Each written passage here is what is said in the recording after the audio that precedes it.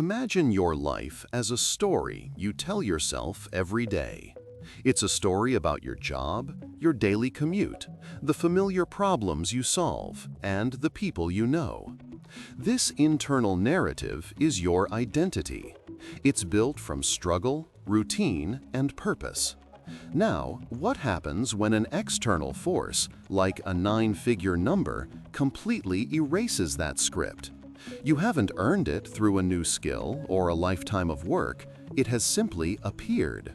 The story of you is suddenly a blank page. Psychologists call this experience sudden wealth syndrome. It isn't a diagnosis of luxury, but of disorientation. It's a profound identity crisis triggered by decoupling effort from reward.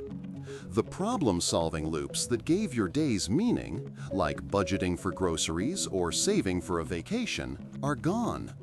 You are suddenly a character without a motivation, adrift in a world of infinite choice but with no plot to guide you.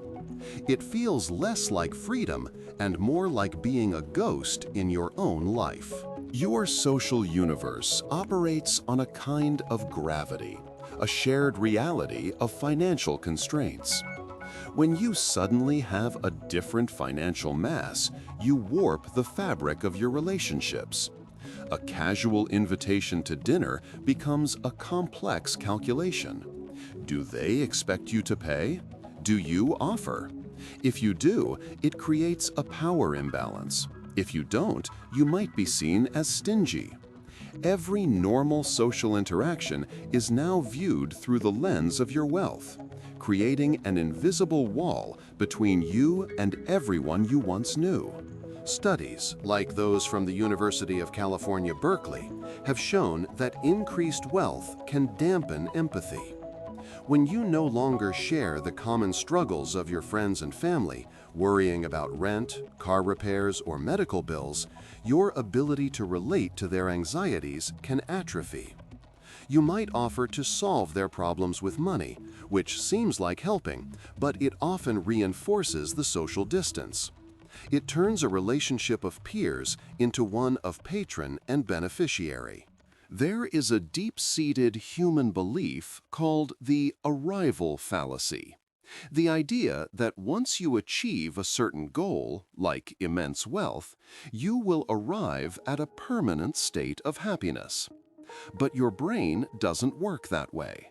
The initial euphoria of winning is a massive surge of dopamine, a neurotransmitter associated with novelty and anticipation. But brains are built to adapt, to return to a stable baseline. This process is known as hedonic adaptation. Within a few months, studies show that lottery winners' self-reported happiness levels return to almost exactly where they were before they won. The mansion becomes just a house. The sports car is just a car for getting stuck in traffic. To feel that initial rush again, you need a bigger stimulus. A bigger house, a faster car, a more extravagant vacation. This is the hedonic treadmill.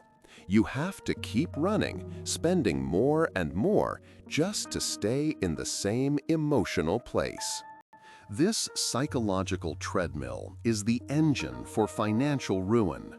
It directly explains why an estimated 70% of lottery winners end up bankrupt within 5 years. The spending isn't driven by need, but by a neurological demand for novelty that can no longer be satisfied. It's a chase for a feeling that has already faded. Compounding this is a fundamental misunderstanding of the money itself.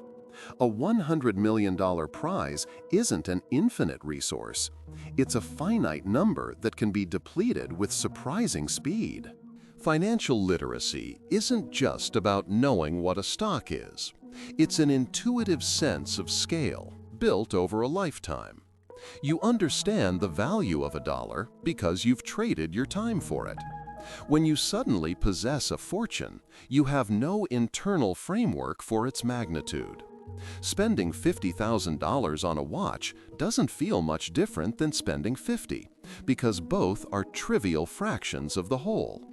This lack of financial acclimatization makes it nearly impossible to make rational long-term decisions.